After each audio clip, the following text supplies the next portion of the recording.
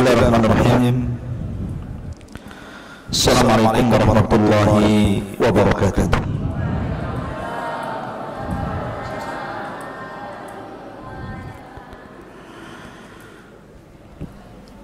Alhamdulillah, wassalatu wassalamu ala Rasulillah wa ala alihi wa sahbihi wa mawalah, wa la hawla wa la quwwata illa billahi wa ba'du. Alhamdulillah, di malam hari ini kembali kita duduk di Masjid Jabal Uhud, dan tema di malam hari ini kita akan membahas kembali tentang a'immatud dunya minal muhaddithin, imam-imam dunia dari kalangan ahli hadis. Kalau dalam minggu yang lalu kita sudah membahas tentang Imam Bukhari dan karyanya, kemudian juga sekilas Imam Muslim dan karyanya, kemudian Abi Dawud dan karyanya, maka malam ini kita akan membahas Al-Imam An-Nasa'i rahimahullahu ta'ala. Siapa Imam Nasa'i? Bagaimana belajarnya? Siapa guru-gurunya? Siapa murid-muridnya? Bagaimana rihlahnya? Ujian ketika menuntut ilmu dan karya besarnya sampai kepada wafatnya. InsyaAllah 1 jam ke depan kita akan membahas siapa sosok Al-Imam An-Nasa'i rahimahullahu ta'ala. Al-Imam An-Nasa'i itu bukan nama, tapi namanya adalah Ahmad ibn Shu'aib. Ahmad ibn Shu'aib ibnu Ali ibnu Sinan ibni Bahrin al-Khurasani An-Nasa'i. Ahmad ibn Shu'aib ibn Ali ibn Sinan ibn Bahri al-Khurasani An-Nasa'i. Jadi namanya Ahmad bin Shu'aib. Itulah nama Imam Nasa'i. Dan kunyahnya adalah Abu Abdurrahman. Kunyah Imam Nasa'i adalah Abu Abdurrahman. Dan dia seorang dari imam-imam hadis dunia. Adapun kenapa kemudian disebut An-Nasa'i, kenapa dia disebut Imam Nasa'i? Ada yang mengatakan Nasa'i itu adalah sebuah daerah namanya Nasa. Di mana Nasa? Sebuah daerah yang terletak di tengah-tengah Iran dan Afghanistan. Di situ ada daerah namanya Nasa. Lah Imam Nasa'i lahir di situ. Makanya disebut Imam An-Nasa'i. Ada yang mengatakan An-Nasa'i itu diambil dari kata-kata An-Nisa, perempuan. Karena ketika daerah itu mau diserang, maka laki-lakinya pada kabur, tinggal perempuan saja. Maka orang-orang pun mengatakan tidak ada laki-laki, haula'in nisa, mereka adalah wanita, tidak boleh kita bunuh. Sehingga kemudian penisbatan nisa menjadi Nasa'i karena sebab itu. Ma'asyiral muslimin, santri ikhwan dan akhwat yang dimuliakan Allah Subhanahu wa taala. Imam Nasa'i ini lahir pada tahun 215 Hijriah. 215 Hijriah lahir dan wafat pada tahun 303 Hijriah. Cukup panjang usianya, 80 tahun lebih. Dan Imam Nasai adalah akhir dari ulama-ulama ataupun a'immatul muhadditsin as-sittah wafatan. Jadi ulama yang akhir wafat dari para ulama yang 6. Kemarin kita sudah sebutkan kalau ada istilah akhrajahu sittah, dikeluarkan imam yang 6, maknanya Abi Dawud, Tirmidzi, Nasai, Ibnu Majah, Bukhari dan Muslim. Dari 6 ulama ini yang terakhir meninggal adalah Imam Nasai. Dia imam yang terakhir meninggal dari a'immatus sittah ini. Dan Imam Nasai ini adalah ulama yang paling banyak rihlah dibandingkan ulama-ulama hadis lainnya. Jadi ulama yang paling banyak safar untuk talabul ilmi ini Imam Nasai, dibandingkan Abi Dawud, Ibni Majah, Muslim, Bukhari dan ulama-ulama hadis lainnya. Paling banyak safarnya, paling banyak rihlahnya. Sampai-sampai Al-Hafidh Ibnu Hajar rahimahullahu ta'ala mengatakan bahwa guru-guru yang ditemui Imam Nasai itu jumlahnya tidak bisa dihitung saking banyaknya. Karena Imam Nasai ini rajin safar ke beberapa daerah dan negara untuk thalabatul ilmi. Lah Imam Nasai sendiri, beliau adalah orang yang paling tinggi secara isnad hadisnya di zamannya. Jadi dia orang yang paling tinggi isnadnya dalam masalah hadis yang sampai kepada Rasul, sehingga ketika itu banyak manusia dari penjuru dunia berguru kepada Imam Nasai. Memang Imam Nasai ulama dunia, ulama yang luar biasa. Sebagaimana para ulama yang lainnya, Imam Nasai itu sejak kecil ikhwan sudah dicintakan dengan ilmu, terutama ilmu Al-Quran dan juga ilmu hadis Nabi SAW. Karena nanti Imam Nasai setelah dia jadi ulama besar mengumpulkan dua ilmu ini. Dia pakar di bidang Al-Quran sampai banyak karyanya, sampai punya karya tafsir dan qiraah, jadi pakar dalam qiraah, dan juga dia pakar dalam riwayat, dalam hadis. Jadi menggabungkan dua ilmu itu, ilmu qiraah dan ilmu hadis. Itulah Imam Nasai rahimahullahu ta'ala. Lah Imam Nasai ini awal mula dia rihlah mencari ilmu, maksudnya safar meninggalkan daerahnya itu ketika usia 15 tahun. Ketika usia 15 tahun mulai dia berangkat. Bayangkan 15 tahun, usia antum 15 tahun. Tetapi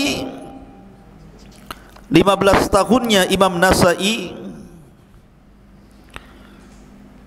bagi Imam Nasai adalah sebuah umur yang cukup untuk talabul ilmi, meninggalkan daerahnya, dan guru yang pertama kali yang mengajarkan beliau ilmu hadis adalah Qutaibah ibn Sa'id.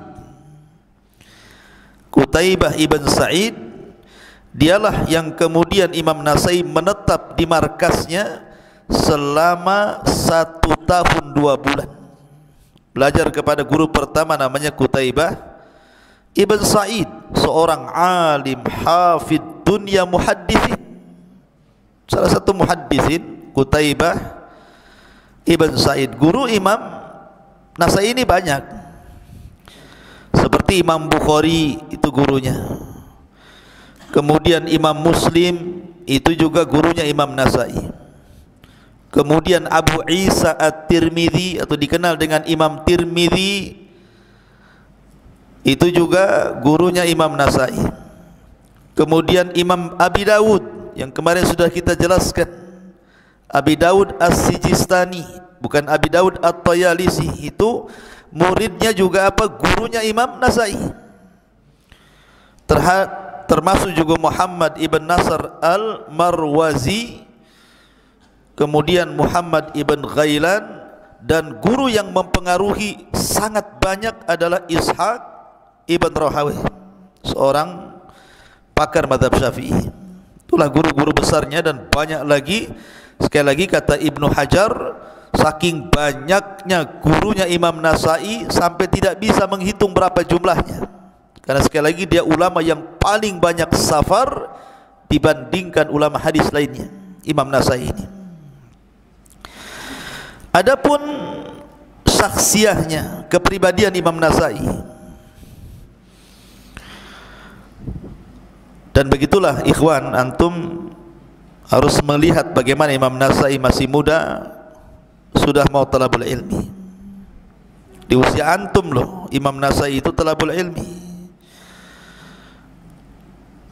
Makanya kenapa kemudian para ulama memuji para ulama dulu itu, karena memang dari kecil mereka sudah dicintakan ilmu. Ada seorang penyair Arab mengatakan apa? Wa man fata ta'lima waqta syababi kabbir alaihi arba'atan liwafati. Jadi barang siapa yang luput belajar di masa mudanya, bertakbirlah 4 kali karena wafatnya. Orang itu sudah wafat berarti. Makanya Nabi SAW memberikan ganjaran untuk usia-usia antum ini, sab'atun yudhilluhumullahu fi dhillihi yawma la dhilla illa dhillu. Salah satunya adalah syabun nasha'a fi ibadatillah. Satu di antara 7 kelompok yang akan mendapatkan payung di saat yang tidak ada payung kecuali payung Allah. Salah satunya anak muda yang tumbuh beribadah kepada Allah, menuntut ilmu. Alhamdulillah antum di sini masih muda, sudah mau belajar agama. Taib, kepribadian Imam Nasai ini. Imam Nasai ini setelah dia rihlah ke beberapa negara, dia rihlah ke Hijaz. Hijaz itu Mekah dan Madinah. Kemudian rihlah ke Syam. Rihlah ke Syam. Kemana ke Syam itu? Ya, dan sekitarnya, Syam dan sekitarnya. Kemudian juga ke Irak dan sekitarnya, seperti Kufah, Basra, Baghdad gitu ya. Kemudian ke Khurasan, kemudian ke Rai, kemudian ke Haran, sampai kemudian ke Mesir dan menetap di Mesir. Disitulah dia jadi guru besar dunia saat itu di Mesir. Banyak orang-orang datang untuk belajar kepada Imam Nasai ketika menetap di Mesir. Ya, Imam Nasai ini. Lah disitulah Imam Nasai kemudian menikah dan memiliki 4 istri, kemudian 2 dari kalangan amah, dari kalangan budak. Tetapi walaupun istrinya 4, kemudian budaknya 2, bukan berarti kemudian lemah dalam ibadah. Justru Imam Nasai orang yang paling dicintakan ilmu dan juga terkenal ibadahnya. Jadi Imam Nasai itu setiap hari beribadah. Siangnya dia puasa Daud, 1 hari puasa, 1 hari tidak, sampai wafat. Kemudian malamnya qiyamul lail tidak berhenti, dan dia memiliki suara Al-Quran yang luar biasa, yang sangat merdu sekali Imam Nasai itu kalau baca Quran, karena dia dipakarkan juga dalam ilmu qiraah. Dan Imam Nasai juga orangnya menghabiskan waktunya untuk haji dan jihad. Nanti saya akan sebutkan dia meninggal mati syahid, dan memiliki wajah yang tampan. Dan Imam Nasai akidahnya sama dengan kita, akidah ahli sunnah wal jamaah. Ma'asyiral muslimin yang dimuliakan Allah Subhanahu wa taala. Taib, bagaimana pujian para ulama terhadap Imam Nasa'i rahimahullahu taala?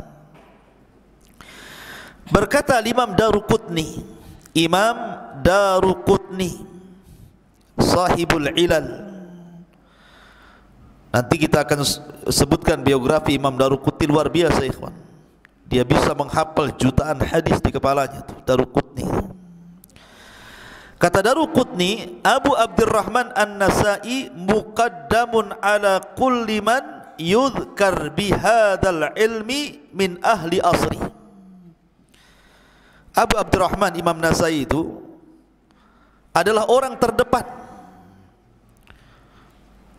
orang yang paling utama dan terdepan atas setiap orang yang disebutkan tentang kepakaran ilmu dalam bab hadis, maka dialah orang yang pertama kali yang paling terdepan di zamannya karena kepakarannya. Bahkan Abu Bakar Ibnul Haddad, Abu Bakar Ibn Haddad Al-Faqih, dia sampai tidak mau safar untuk mencari hadis ke beberapa negara. Dia cukup bermulazamah dengan Imam Nasa'i saja. Abu Bakar Ibn Haddad, dia tidak tertarik untuk safar ke negeri-negeri seperti ulama hadis yang lainnya, karena dia seorang muhaddis hafidh juga, Abu Bakar Al-Haddad ini. Tetapi dia tahu bagaimana Imam Nasa'i itu kecerdasannya dan ilmunya. Makanya dia tidak safar ke sana kemari, bermulazamah saja dengan Imam Nasa'i. Sampai dia mengatakan, "Raditu bin Nasa'i hujjatan baini wa bainallahi azza wa jalla." Aku redha dengan Imam Nasa'i walaupun aku tidak belajar ke sana kemari, hanya belajar dengan beliau. Aku redha dengan Nasa'i sebagai hujjah antara diriku dan Allah Subhanahu wa taala. Ma'asyiral muslimin yang dimuliakan Allah azza wa jalla. Kemudian juga Imam Tahawi mengatakan Abu Abdurrahman An-Nasa'i imamun min a'immatil muslimin. Abu Abdurrahman An-Nasa'i adalah imam dari imam-imamnya kaum muslimin. Kemudian juga berkata ulama yang lainnya, Al-Imam Ibnu Athir, Imam Ibnu Athir, dia mengatakan bahwa Imam Nasa'i adalah An-Nasa'iyu min a'immatil hadithi wal fiqhi syafi'i. Sesungguhnya Imam Nasa'i itu, kata Imam Ibnu Athir dalam Jami'ul Usul, adalah dari ulama-ulama hadis dan juga orang yang paling membidangi fikih syafi'i. Itulah ulama ahli sunnah wal jamaah, Al-Imam Abi Abdurrahman Ahmad ibn Shu'aib, atau dikenal dengan Al-Imam An-Nasa'i rahimahullahu ta'ala. Taib, sekali lagi saya ulangi bahwa Imam Nasa'i mengumpulkan dua ilmu ya. Itulah kelebihan Imam Nasa'i dibandingkan ulama yang lainnya, dibandingkan Abi Dawud, Tirmidzi, Bukhari, Muslim gitu ya. Kalau mereka itu kan membidangi satu ilmu saja, ilmu hadis. Tapi Imam Nasa'i dua, satu ilmu qiraah dan yang kedua ilmu di bidang hadis dan ilalnya. Kemudian ikhwatu fillah muliakan Allah azza wa jalla, Imam Nasa'i rahimahullahu taala tadi sudah disebutkan di antara guru-gurunya Qutaibah ibn Sa'id, Bukhari, Muslim, Abu Isa, Tirmidzi, Abi Dawud, Muhammad ibn Nasir Al-Marwazi. Dia pun punya murid-murid yang luar biasa. Di antara muridnya adalah Imam At-Tabrani. Imam At-Tabrani, imam yang sangat luar biasa. Imam Tabrani ma'ruf, rawahu Tabrani. Sampai-sampai ada kisah Imam Tabrani ini ikhwan berdebat dengan Abu Bakar Al-Ji'abi. Jadi suatu ketika Imam At-Tabrani berdebat dengan siapa? Abu Bakar Al-Ji'abi, di hadapan seorang wazir, seorang menteri, Ibnul Amid. Debat, sengit debatnya. Imam Tabrani dilebihkan hafalannya, tapi Abu Bakar Al-Ji'abi dilebihkan kecerdasannya. Abu Bakar Al-Ji'abi dilebihkan kecerdasannya. Kenapa mic-nya nih kok dikecilkan gini? Ya. Jadi siapa yang kecilkan mic ini? Berat jadinya. Dikecilkan ya. Ada yang main mic ya? Hah?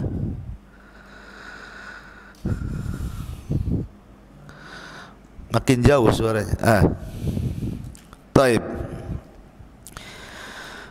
Jadi saya ulangi, At-Tabrani ini berdebat dengan seorang alim namanya Abu Bakar Al-Ji'abi. Kalau Abu Bakar Al-Ji'abi ini dilebihkan kecerdasannya, tapi kalau Al-Imam At-Tabrani ini dilebihkan dari hafalannya. Kuat hafalan Imam Tabrani ini.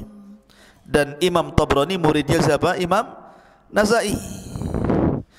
Debat keduanya di hadapan seorang menteri namanya Ibnul Amid, seorang wazir. Tidak ada yang kalah, tidak ada yang menang. Subhanallah. Imam Tabrani ngomong begini, Ji'abi ngomong begitu, tidak ada yang kalah, tidak ada yang menang.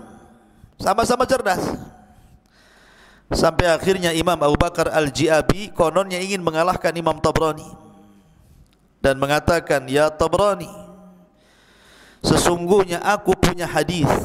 Di dunia ini cuma aku saja yang punya hadis itu. Aku punya hadis. Di dunia ini cuma aku saja yang punya hadis itu, katanya. Kata Imam Tabrani, datangkan hadisnya.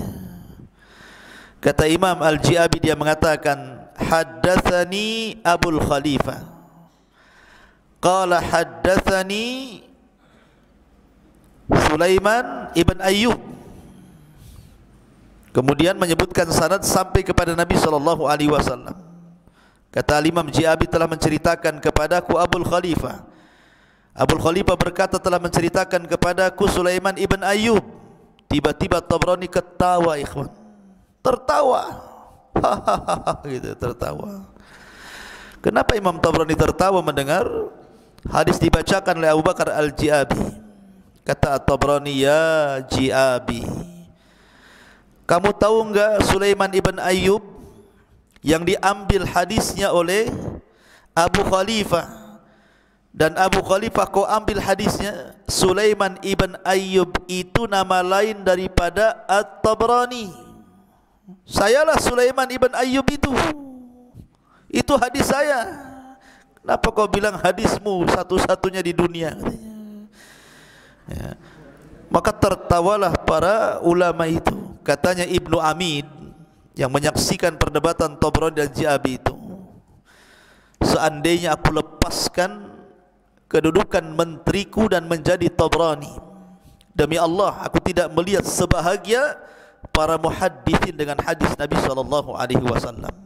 Lah Tabrani ini muridnya Imam Nasai. Kemudian juga Imam Tahawi, ma'ruf ya, ada akidah Tahawiyah, Abu Ja'far At-Tahawi. Itu dikenal karyanya akidah Tahawiyah, itu muridnya siapa? Imam Nasai juga. Kemudian juga Ibrahim ibn Muhammad As-Salih ibn Sinan, Muhammad ibn Haywah, Abu Ali Al-Husain, dan banyak lagi murid-murid besarnya. Jadi murid-muridnya Imam Tabrani, Imam Nasai ini menjadi ulama-ulama dunia. Dia sendiri ulama dunia, melahirkan ulama dunia. Itulah Imam Nasai. Cerdas luar biasa Imam Nasai rahimahullah ta'ala. Dan Imam Nasai ini oleh sebagian para ulama dilebihkan dibandingkan Imam Muslim. Sampai-sampai Imam Zahabi menyebutkan dalam kitab Syiar A'lamin Nubala, kata Imam Zahabi, lam yakun, kata Imam Zahabi, fi ra'si 300 ahfad minan Nasai, wa huwa ahdaq fi hadithihi wa ilalihi wa rijalihi min Muslim wa Abi Dawud wa Tirmidzi, wa huwa yajri majral Bukhari wa Abi Zur'ata fi ilmi ilalil hadith. Kata Imam Az-Zahabi, dia mengatakan, tidak ada di dunia ini dari kurun setelah 300 yang lebih hafal, yang kuat hafalannya dibandingkan Imam Nasai. Dia lebih teliti dalam hadis, dalam penyakit-penyakit hadis, dalam rijal jalan-jalan hadis dibandingkan Muslim, dibandingkan Abi Daud dan dibandingkan Tirmidzi.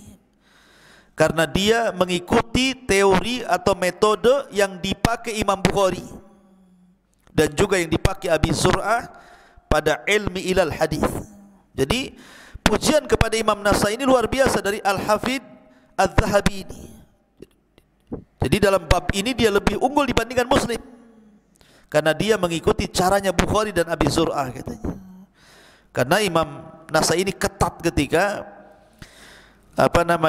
menyaring sebuah hadis Nabi sallallahu alaihi wasallam. Taib. Ada beberapa fitnah yang terjadi kepada Imam Nasai. Fitnahnya adalah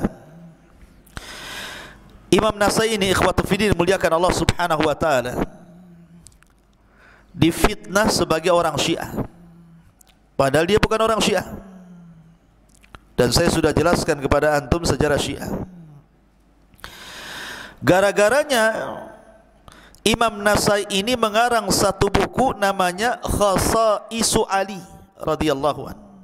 Jadi suatu ketika Imam Nasai di antara satu karyanya adalah mengarang kitab tentang kekhususan dan keutamaan Ali radhiyallahu an. Dan ketika itu ikhwan, ada dua daerah yang berseberangan antara kubu Kufah dan kubu Basrah. Kalau orang-orang Kufah, mereka itu sangat hulu kepada Ali radhiyallahu an, memuja dan memuji Ali luar biasa.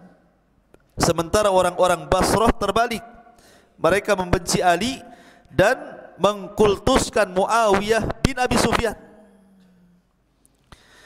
Lah ketika itu Imam Nasai melihat orang-orang Damaskus, orang-orang Syam melampau dalam memuji Muawiyah radhiyallahu an dan membenci Ali radhiyallahu an.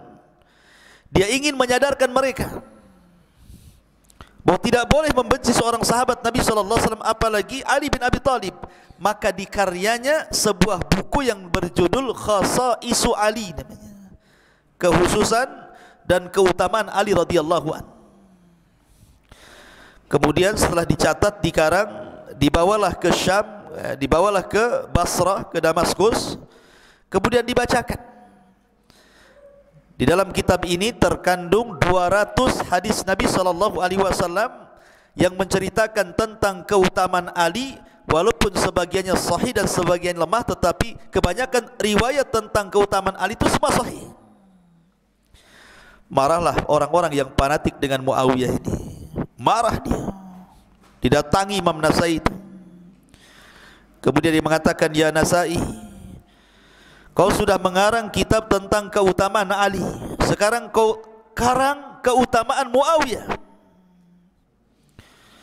Kata Imam Nasai rahimahullahu ta'ala, "Apa yang harus aku karang? Nabi sallallahu alaihi wasallam yang aku dengar atau yang aku baca dari hadis-hadisnya hanya mengatakan kepada Muawiyah bin Abi Sufyan itu adalah la asba'allahu la asba'akallahu abada. Semoga Allah tidak mengenyangkan perutmu selamanya."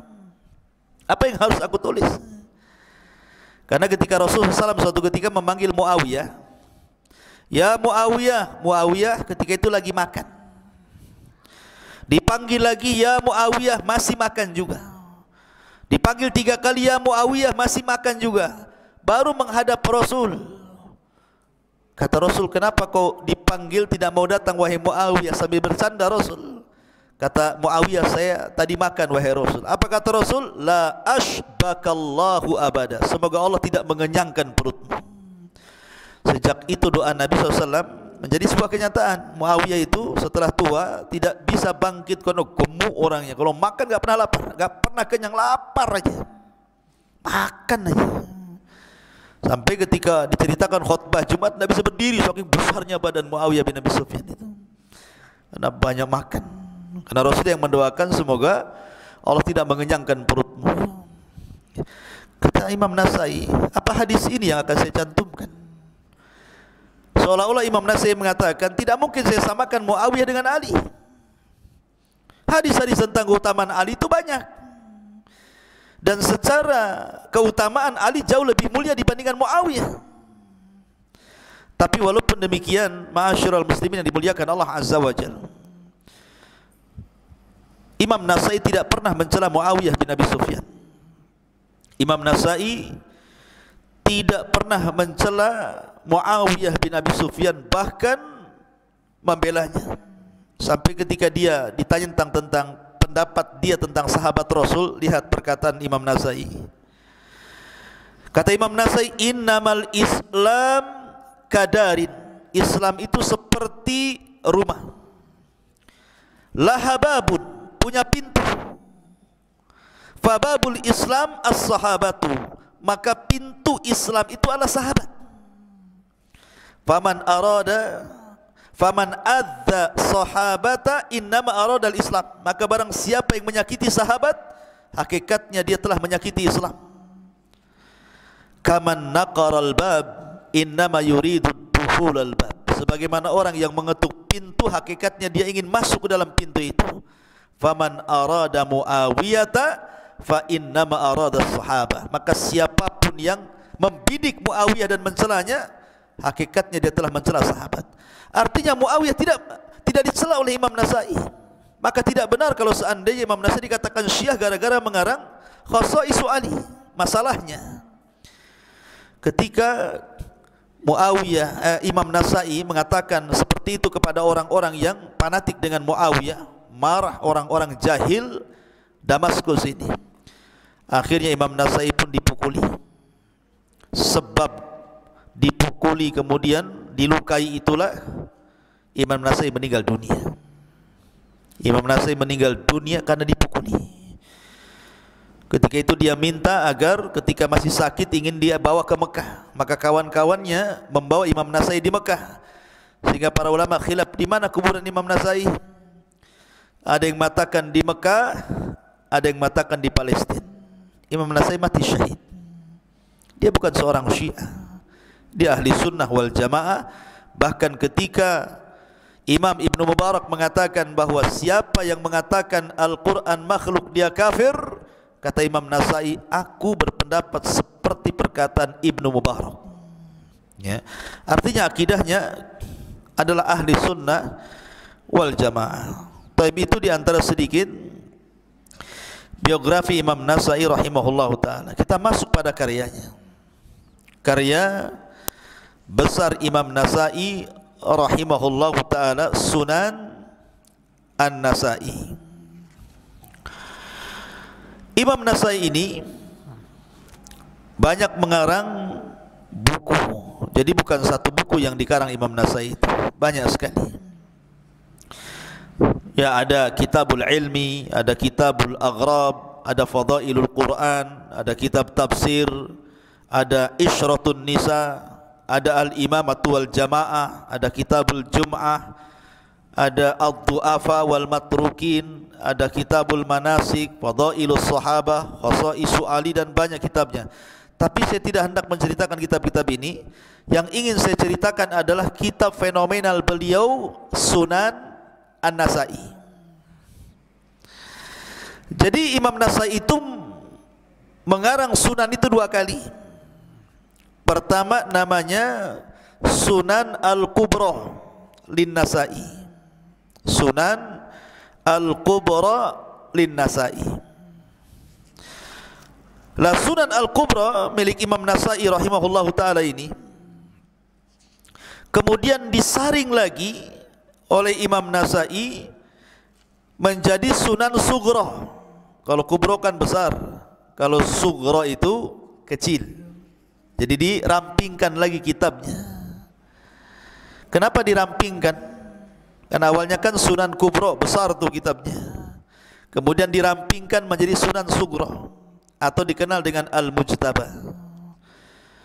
Al-Mujtaba kitabnya itu.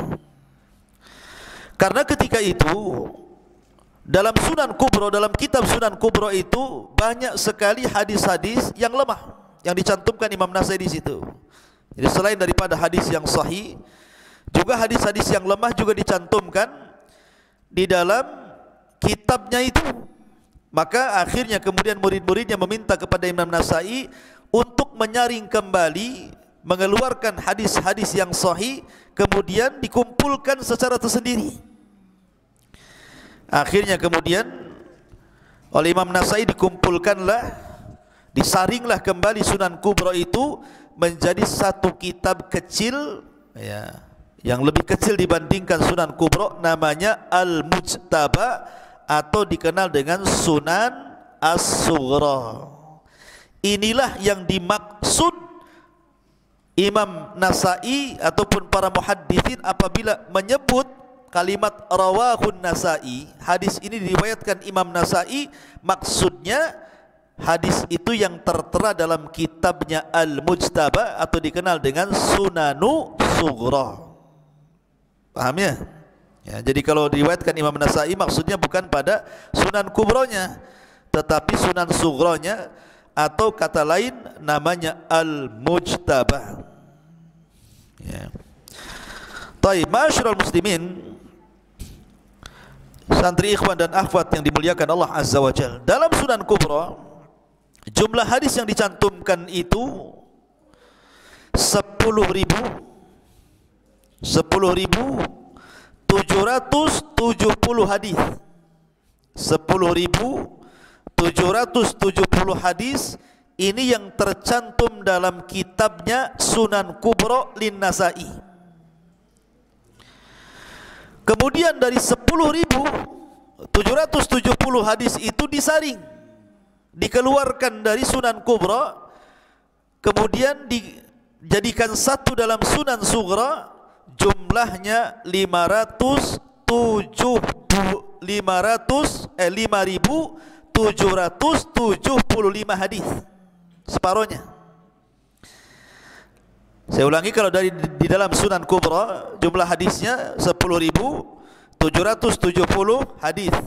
Kemudian disaring lagi, dipilih hadis-hadis pilihan yang kemudian diberi nama mukhtasarnya itu, ringkasannya Al-Mujtaba atau Sunan Sughra, di mana Imam Nasai meletakkan hadis dari 10.000 itu menjadi 5.775 hadis yang tercantum dalam kitab Sunan An-Nasai Sughra. Itu yang kemudian kita kenal dengan istilah Sunan Nasai. Jadi kalau ada istilah Sunan Nasai, berarti diisyaratkan kepada Sunan Nasai yang kecil, atau dengan kata lain Al-Mujtaba nama kitabnya itu. Itu yang banyak disyarah para ulama. Ya, hafalkan tuh nama-nama, apa namanya, jumlah hadis yang tertera di situ.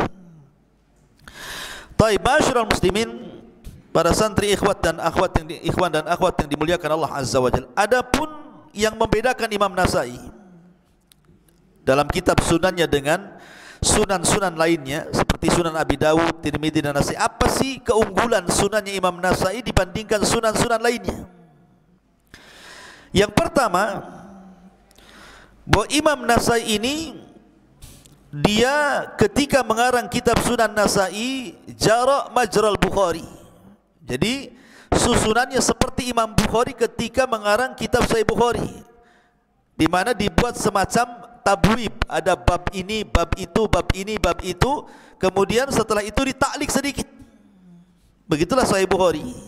Maka Sunan Nasai itu cara tartibnya mengikuti Bukhari, berbeda dengan Sunan Tirmidzi dan yang lainnya. Yang kedua, iltazama ala tariqati Muslim. Kemudian yang kedua, satu sisi dia dalam segi tabib ikut Bukhari, tetapi dari satu sisi dia ikut Muslim karena satu tidak pernah memutus hadis. Kalau Imam Bukhari kan kodong hadisnya panjang, kemudian dipotong-potong.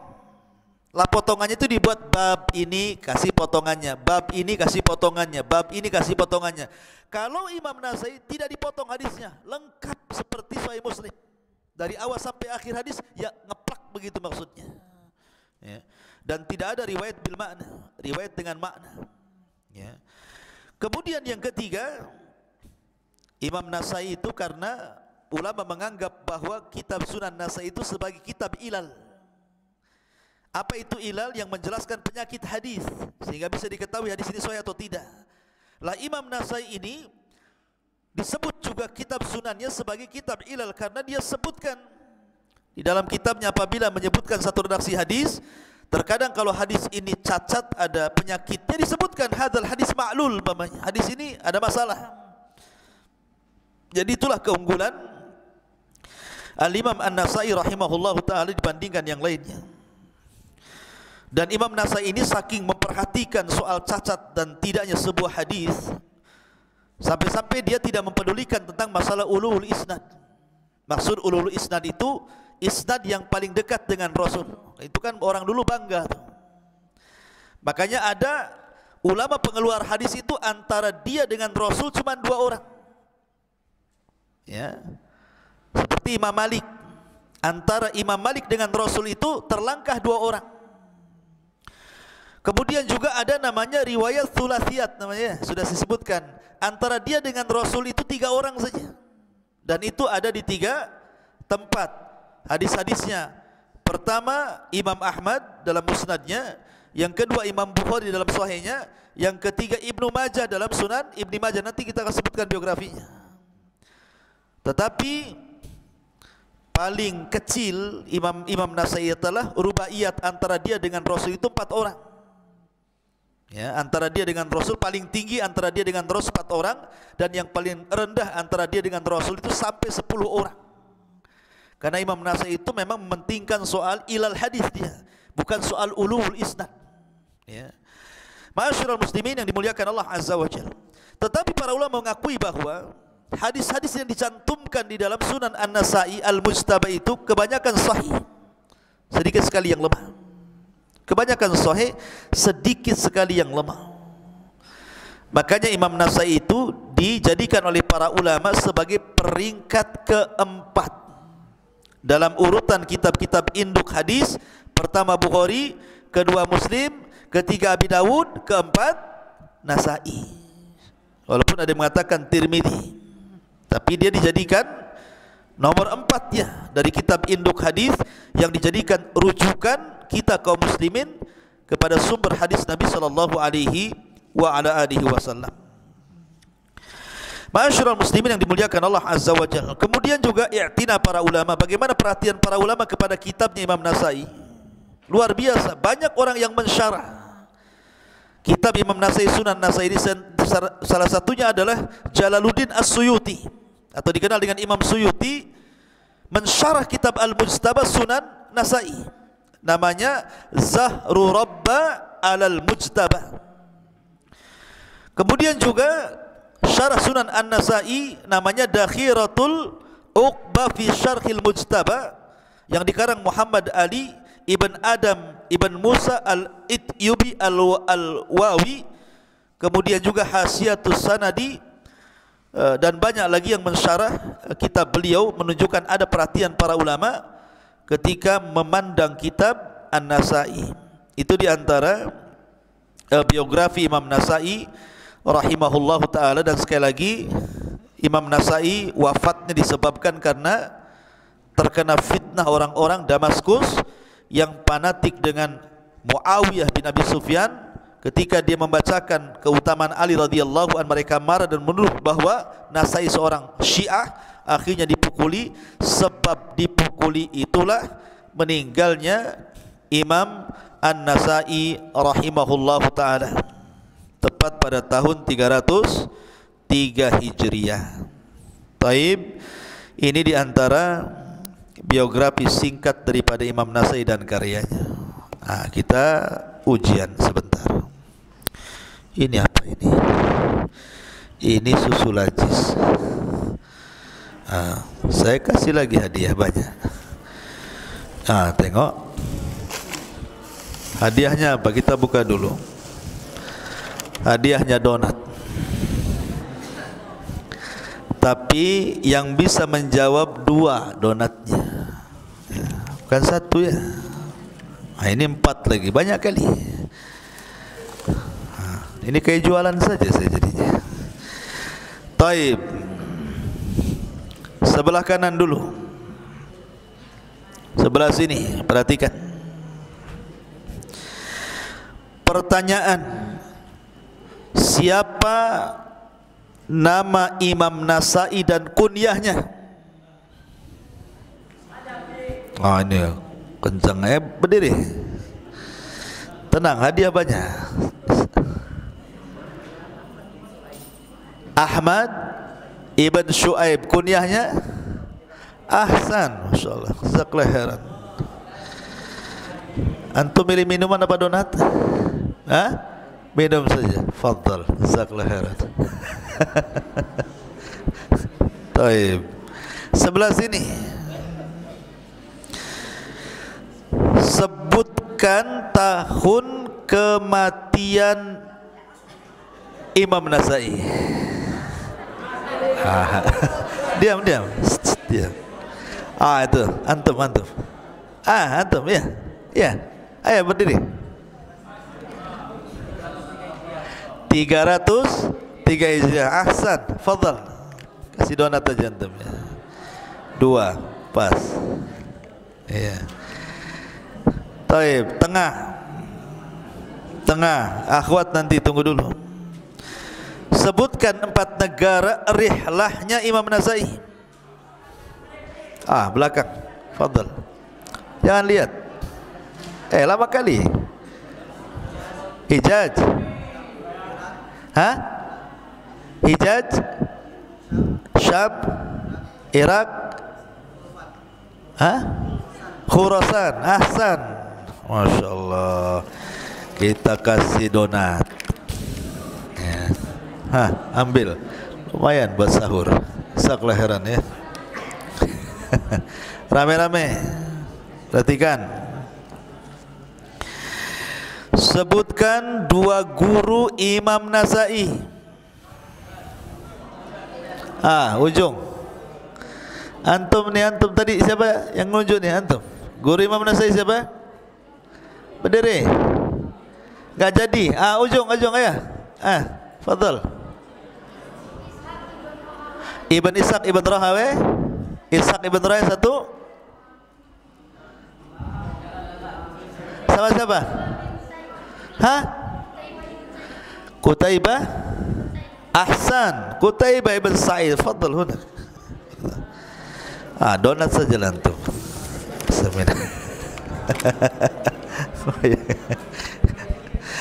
Taib. Sebutkan 2 murid Imam Nasa'i. Antum.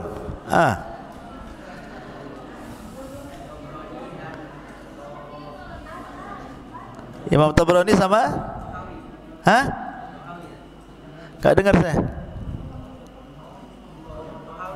Imam Tahawi. Ahsan. Zakelaran. Sini. Hampir 1 donat. Sekarang jadi 2 donat. Sekarang akhwat dulu. Masih banyak, tenang, ya. Akhwat. Taib. Pertanyaan untuk akhwat. Nama lain daripada kitab Sunan An-Nasa'i. Akhwat, nama lain daripada kitab Sunan An-Nasa'i.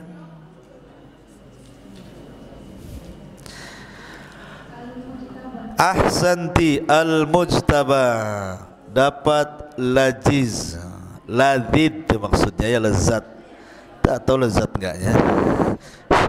Ini tolong ya, nanti kumpulkan di sini, ya.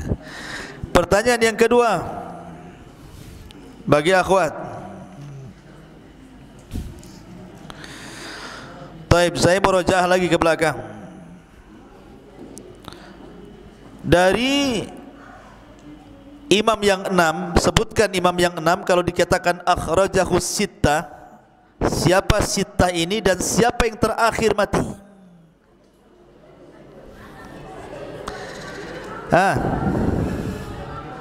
Jangan rame.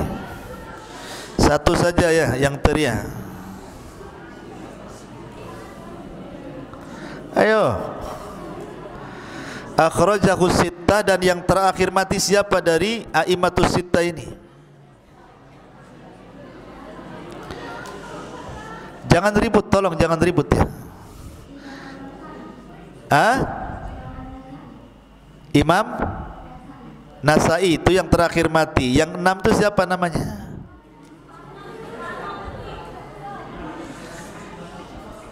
Betul 1 dapat 1 donat. Gak apa-apa, kita sisihkan 1 donat. Nanti bawa ke belakang ya. Lagi pertanyaan, berapa jumlah hadis yang tertera dalam Sunan Kubro? Apa ini? Diam. Ada apa ini? Ada yang jatuh?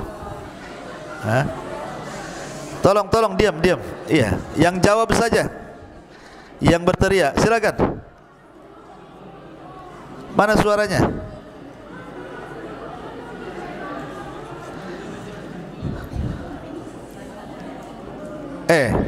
Apa ini? Kau tak ada bunyi?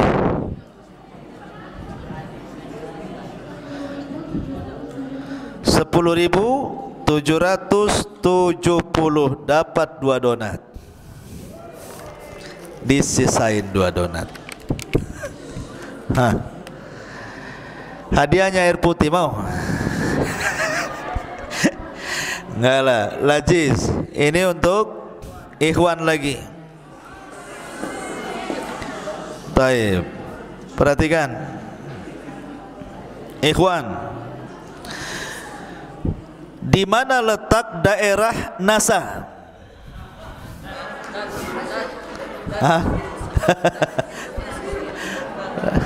Paling depan nih.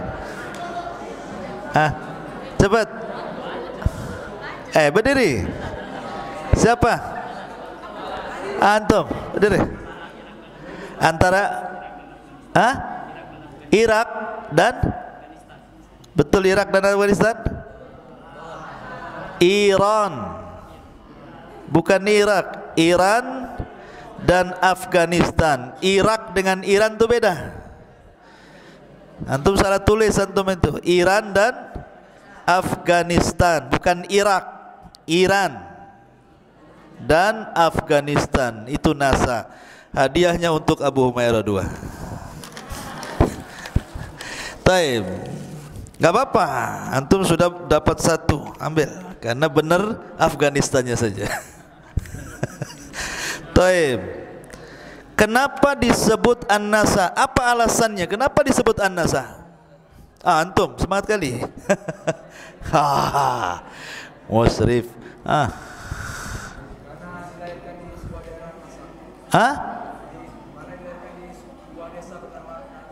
Iya, kenapa disebut NASA?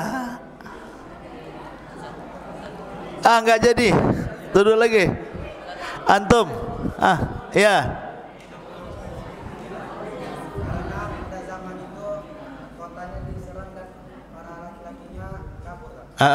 Terus ahsan, karena tersisa wanita disebut nisa menjadi nasa. Antum dapat minum laziz. Fadhal, ambil. Iya. Taib. Wayak. Iya. Taib.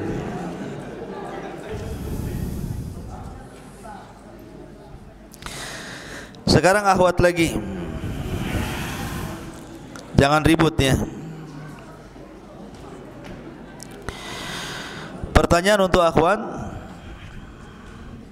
Imam Nasai itu dilebihkan jurusan ilmunya dibandingkan ulama hadis yang lain dengan 2 ilmu. Ilmu apa saja dua-dua itu? Apa ini? Jangan ribut. Cepat.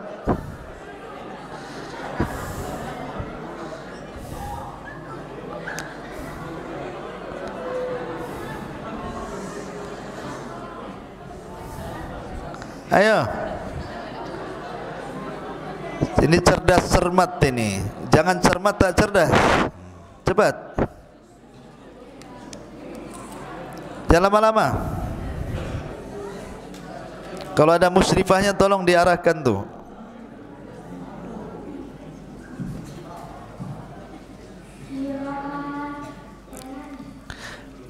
Qiraah dan hadis. Ahsanti, Masya Allah.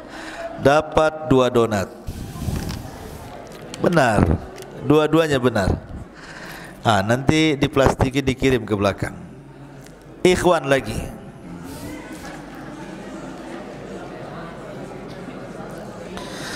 Perhatikan, ikhwan.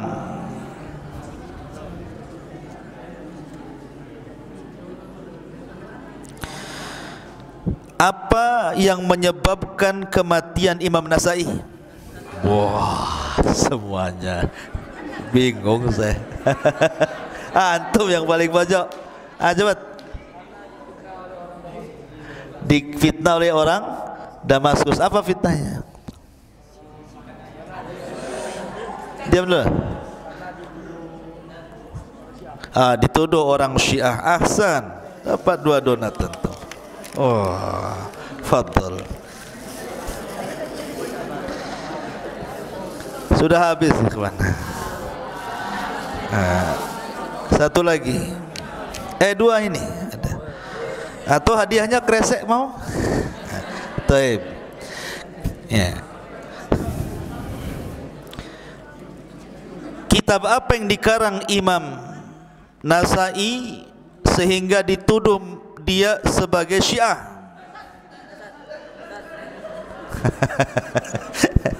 Nanti mana yang belum, masih itu saja. Mana yang belum? Boleh. Cepat. Khoso isu Ali, Masya Allah, zaklahheran. Nih, dapat laziz, Masya Allah. Satu lagi. Di mana Imam Nasai meninggal? Dikuburkan di mana? Ayo. Cepat.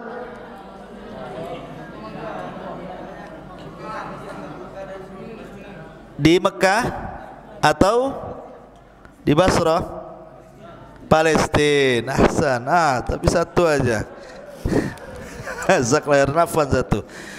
Taib, ini hadiah akhwat kita kreseki bawa ke belakang yang tadi jawab. Insyaallah nanti besok habis subuh langsung di sini. Ya, kajiannya besok habis subuh langsung di sini. Mudah-mudahan manfaatnya. Subhanakallahumma bihamdika, asyhadu an la ilaha illa anta, astaghfiruka wa atubu ilaik. Allahu ta'ala alam. Assalamualaikum warahmatullahi wabarakatuh.